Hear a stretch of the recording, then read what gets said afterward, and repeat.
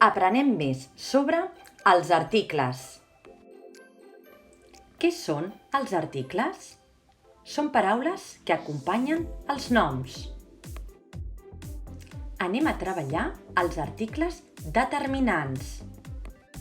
Aquests poden ser masculins, com el sofà, el mapa, i els podem agrupar en singular, que només hi ha un, com el tigre, i en plural, que hi ha més d'un, com els tigres.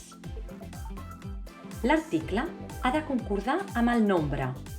En singular diem el llibre, el got i el peu.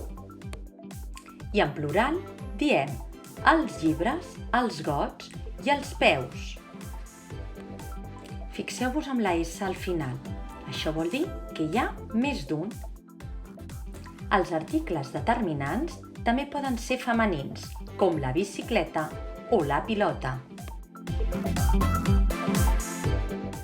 I els podem agrupar en singulars, que només hi ha un, la poma, i en plural, que hi ha més d'un, les pomes.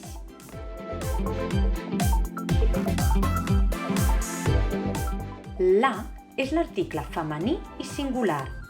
Diem la porta, la taula, la poma. Fixeu-vos en l'última lletra. El nom i l'article han de concordar. Les és l'article femení i plural. Diem les portes, les taules, les pomes. Fixeu-vos en les últimes lletres. El plural s'escriu amb ES. Què passa quan el nom és singular i comença amb vocal, com oca i elefant? I si comença amb la lletra H, com helicòpter? Les escriurem amb l'apòstrof. L'oca, l'elefant, l'helicòpter. Repassem. Els articles determinants poden ser masculins, en singular, si hi ha només un, el sofà, l'arbre, o plural, més d'un, els pingüins.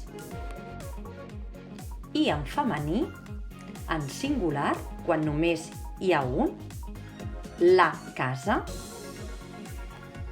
i en plural, quan hi ha més d'un, les flors. Hem repassat els articles determinants. Si vols saber més, subscriu-te a Aprèn Més.